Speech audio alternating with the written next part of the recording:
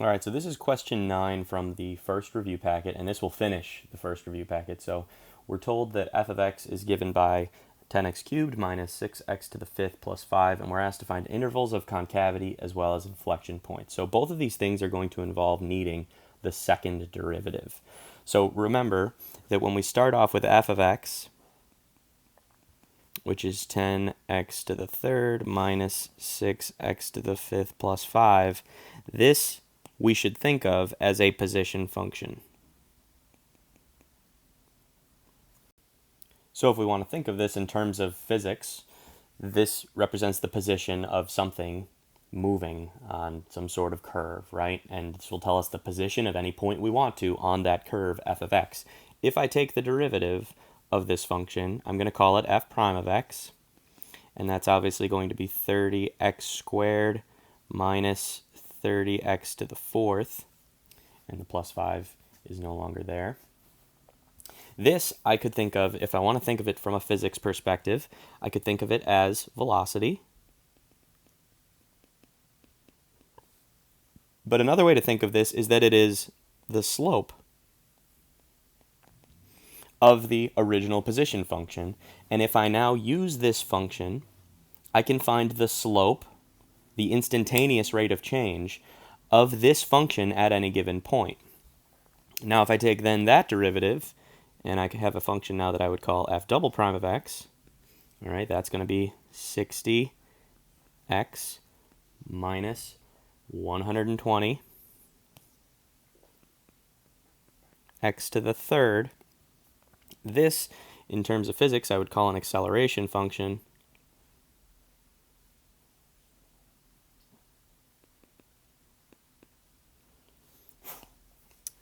But it also tells me the concavity of the original function.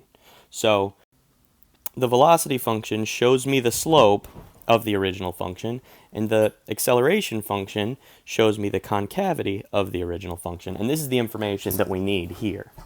So what we're going to do then is use this concavity function, and we're going to do our second derivative test.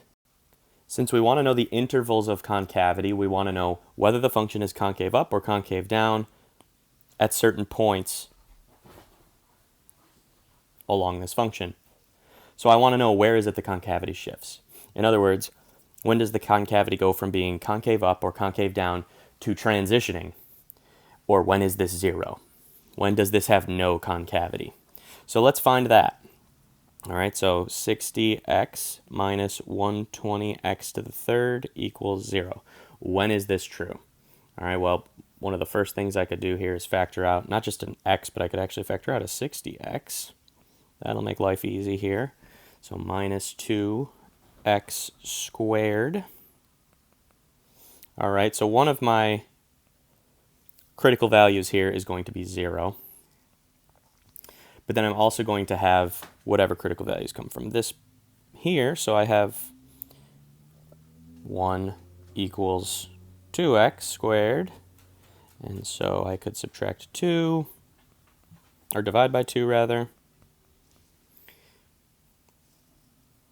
And I'm going to take the square root of both sides. Don't forget that we could get a positive or a negative value there. So we've got 3 critical values now.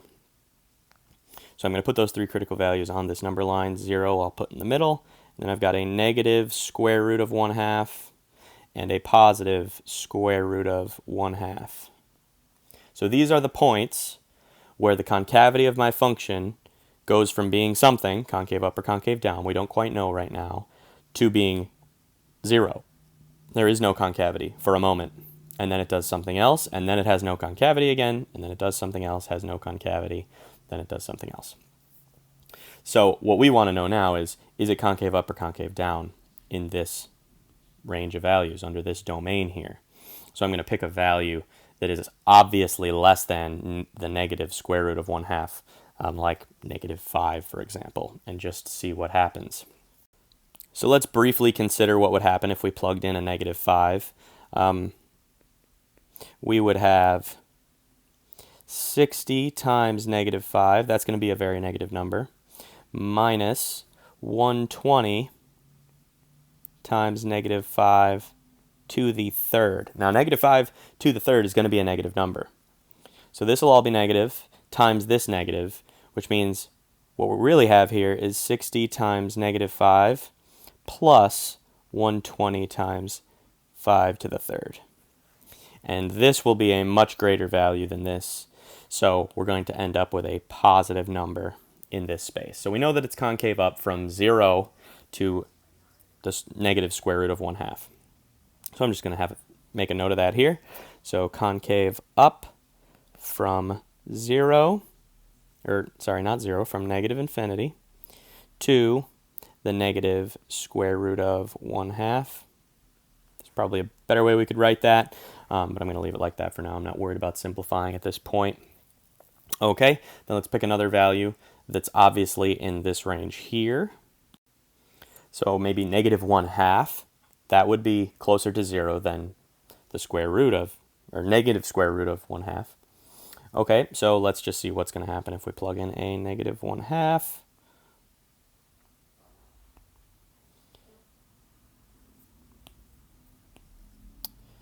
Negative 1/2, negative 1/2. Okay, so we are again going to end up with adding here.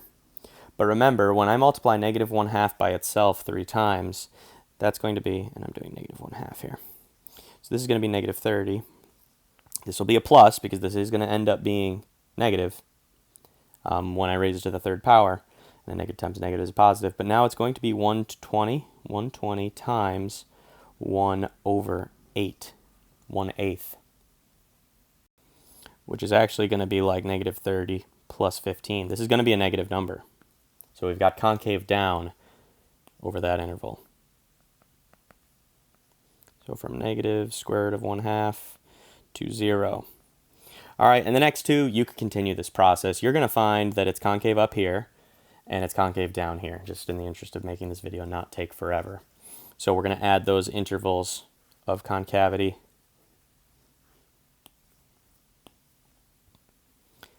From 0 to square root of 1/2, and from square root of 1/2 to infinity. And so that answers the first part of this question, which is where are the intervals of concavity? Now the second part of this says that we want the inflection points. A point is going to have an x and a y coordinate. So we need inflection points. And those are going to be the points where concavity shifts. So the x coordinates are going to be negative square root of 1/2, 0, and square root of 1/2. But if I want to know the exact point on the original function where that is happening, I need to find the position of that function when the x value is these points. So I'm going to take these points and plug them into my original position function to find the position of f of x when the x coordinate is these three numbers. So that's what I need to do. I need to find f of negative radical 1/2, f of 0, and f of positive radical 1/2. This is going to take some time to work through, so I'm going to just tell you the results of these. F of 0 is a pretty easy one. That's just 5, so that one's easy. But the other two are going to come out to be negative 7 over 2 radical 2 plus 5, and that's probably not the best way to leave your answer because we've got a radical in the denominator, but don't worry about that because we're not worried about making sure that our answers are perfectly rational at this point. And positive 7 over 2 radical 2 plus 5. So our inflection points are going to be, our first one is negative radical 1/2, and then negative 7 over 2 radical 2 plus 5. Again, there are other ways to write that. That's the first inflection point. Then we have the inflection point 0, 5. And then finally we have the inflection point positive square root of 1/2 and positive 7, 2 radical 2 plus 5. So this is problem 5 from the second practice exam. This is the first problem that we've done from the second practice exam. It is exactly like problem 9 from the first practice exam. You're asked to find inflection points and intervals of concavity. So I'm going to go through this one a little bit quicker because it's the same process, but you should obviously try to do this on your own and make sure you're getting the same answer as me. So let's write out the three functions. Taking the derivative of this function is a little bit trickier than it was in example 9 from the first practice packet because there is a product rule here, so be careful of that. This is your f, this is your g, at least when you're taking that first derivative there. And then I've just taken the time to rewrite it like this. So again, this is your velocity function or your slope function. And then when you take this derivative, this one's easy, right? This is just a chain rule. But then this is a product rule. So then I worked to try to rewrite this and make this look a little bit nicer. And you could even notice that they both have an e to the negative 3x. Factor that out and call this 9x minus 6. And so that's going to represent your acceleration or concavity function. Okay, so since we're asked to find inflection points, we're going to need to set the concavity function equal to 0.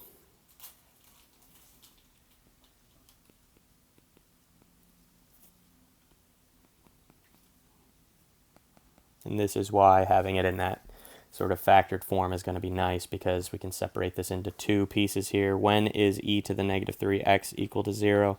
And when is 9x minus 6 equal to 0?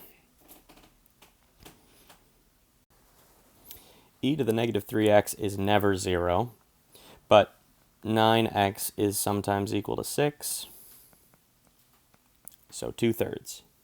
So when we're building our number line, that's the number that's going to go on that number line. So I'll put 2/3 there. And I just now have to find out what's going on with the function's concavity here and here, because I need to give the intervals of concavity. So I'll go ahead and do that with this function. Let's plug in a 0. That would be easy. So this is going to be e to the negative 3 times 0 times 9 times 0 minus 6. All right, so this is e to the 0, which is 1 times negative 6. So we have negative concavity there. And then let's pick a number above that, like 1. E to the negative 3 times 1. 9 times 1 minus 6.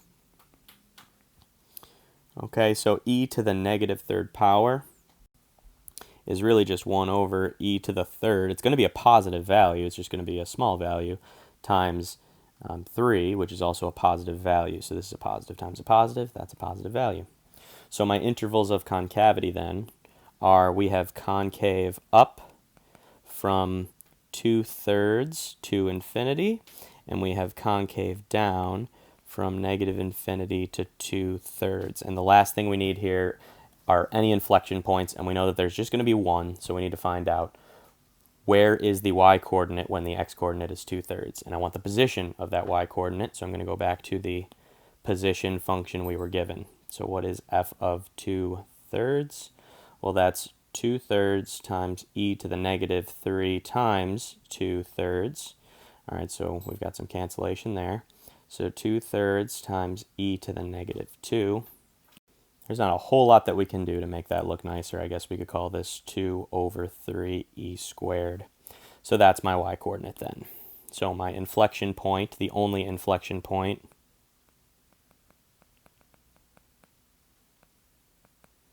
is an x-coordinate of 2/3 and a y-coordinate of 2 over 3e squared.